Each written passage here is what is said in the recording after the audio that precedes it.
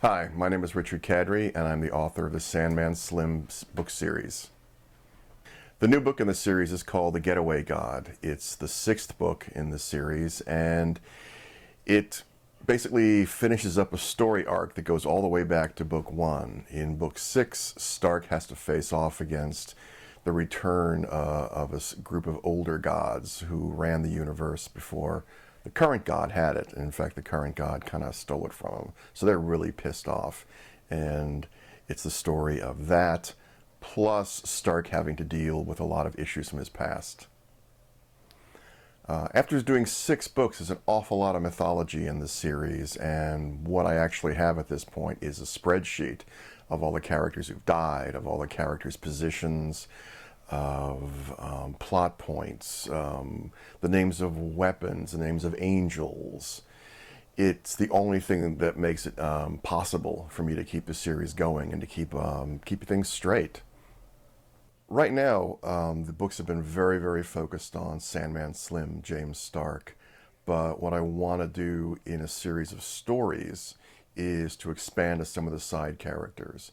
I have a story, the moment I finish this book, there's a story I want to write about Candy Jade that will go into more of her life among the Jades, the history of the Jades. It's the funny thing when you have a book series like this. You have so much more information than you can possibly put into the books. So I want to use some of that information in some stories. I have one about Vidocq that I want to do about how, set in 18th century France, to sort of give the story of how Vidocq became immortal. Well, there is a film version of Sandman Slim in development right now, and the fact is I really trust the producers who are working on it. I've done a lot of consulting with them, and I know that what they're going to come up with will not exactly match the books, but what they're going to do, from what I've seen so far, is what they want to do is to take the basic mythology of it and use it to shape it without necessarily being exactly the same story. In the same way that a TV show like Hannibal uses the mythology from all the different Hannibal Lecter books to shape that series without necessarily being a linear representation of any of the single books. I think a lot of people who write horror, there's a misconception that we're sort of devil worshippers who live in our dungeon basements.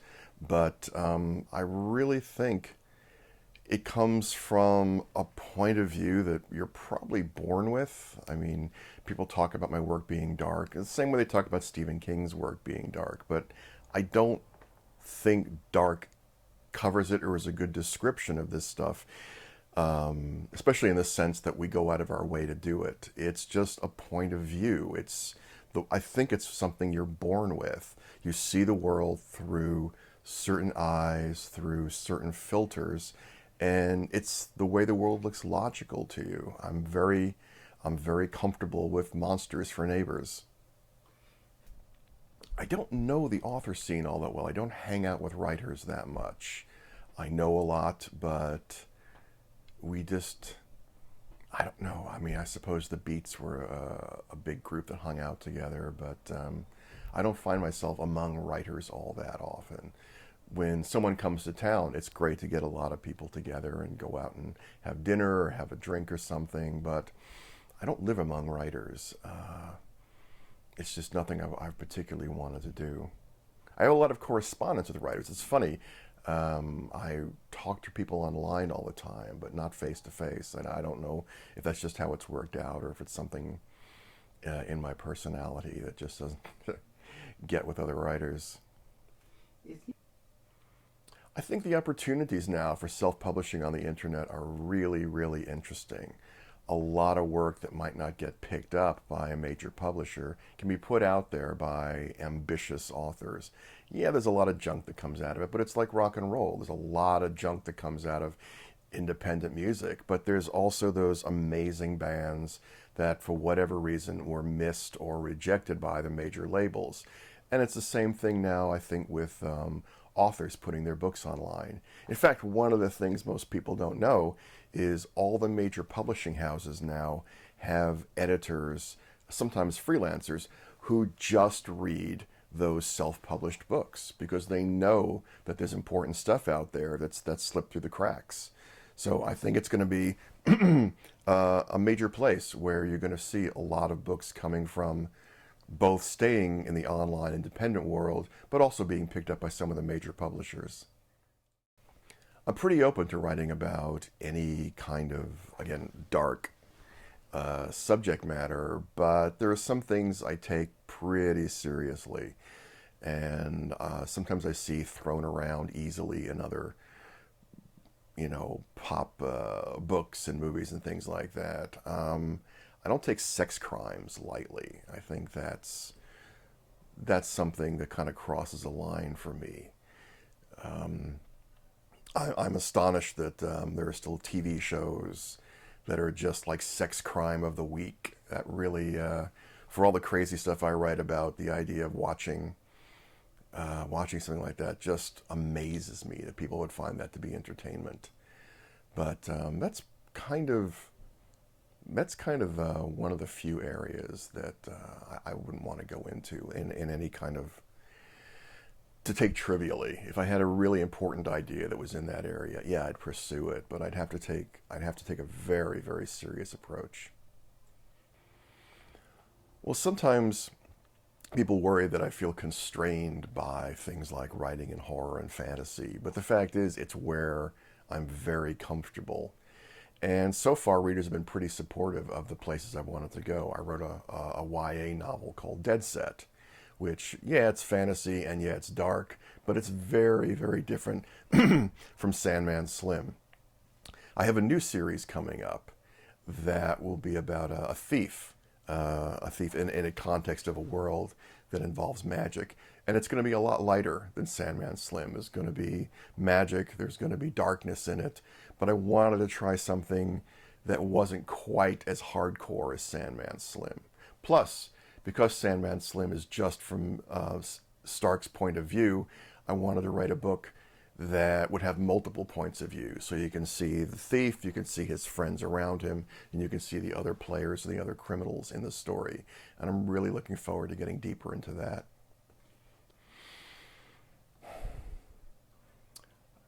I don't think I'm ever going to stop writing. I've been writing since I was a kid, and the kind of work I do, I think I can do for a long, long time. If I had to say the thing I'm proudest of, it's the fact I stuck it out and finally got published at all.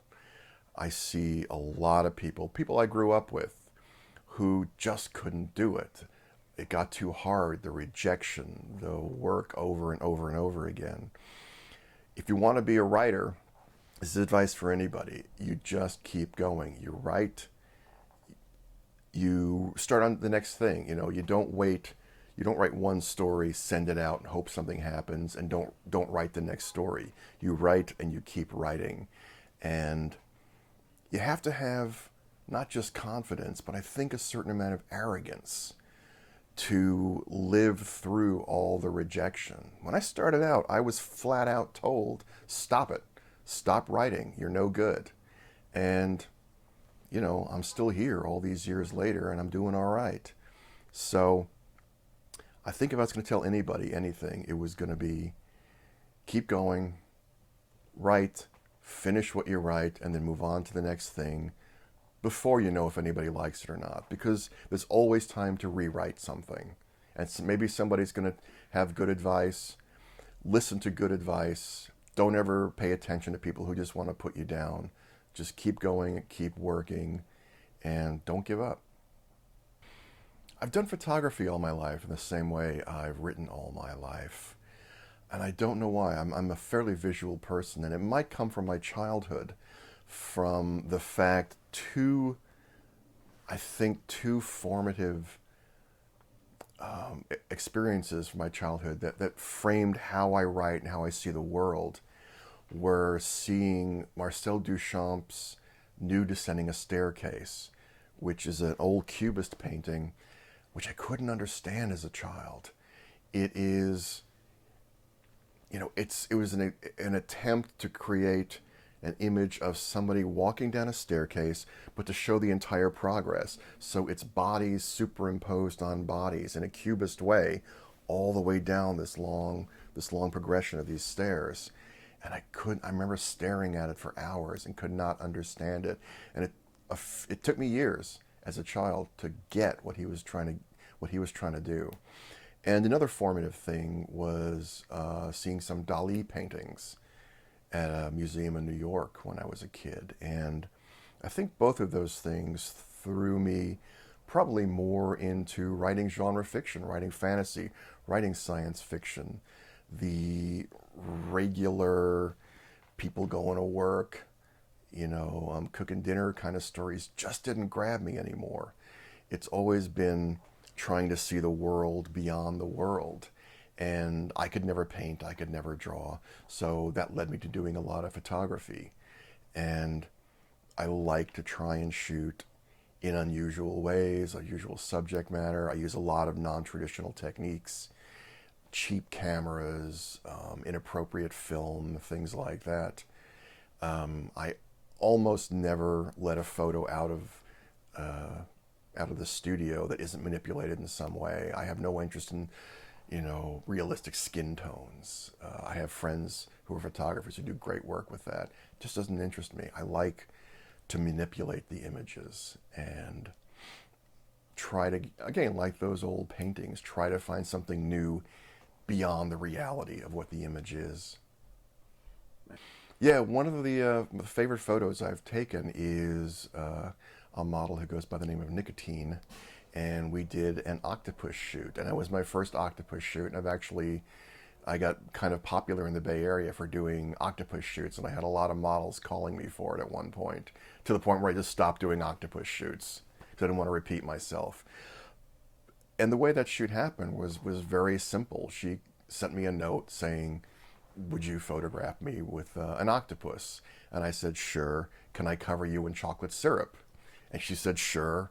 And we just took those two things and put them together, and that's how that shot came about. We did a whole hours of shooting her and the octopus in different juxtapositions. And the very last shot we did is the most popular, where it was just the octopus all the way in her mouth, just hanging out like some sort of beautiful Cthulhu image. So it's almost getting on to Christmas. It'll be Thanksgiving soon, and then Christmas after that, which is important to me because those first 6 Sandman Slim books are framed by Christmas. Stark came back to Earth from hell at Christmas, and book 6 ends exactly at Christmas. And in fact, book 7 that I'm writing right now starts like a week after New Year. So the end of the year is always important to me. So there will be a book 7 in the Sandman Slim series. And after that, I'll be writing a couple of stories, at least one of which will be in the Sandman Slim universe. And then I'll be starting on the first book of the other series about the thief. So, and there may be some script things along the way too, but the new Sandman Slim and the new series, the Thief series, will be the two big projects I'm gearing up for. You can find Crippled and Broken on Facebook.com/Crippled and Broken, or you can watch them on YouTube, YouTube.com/Crippled and Broken 1. Hope to see you.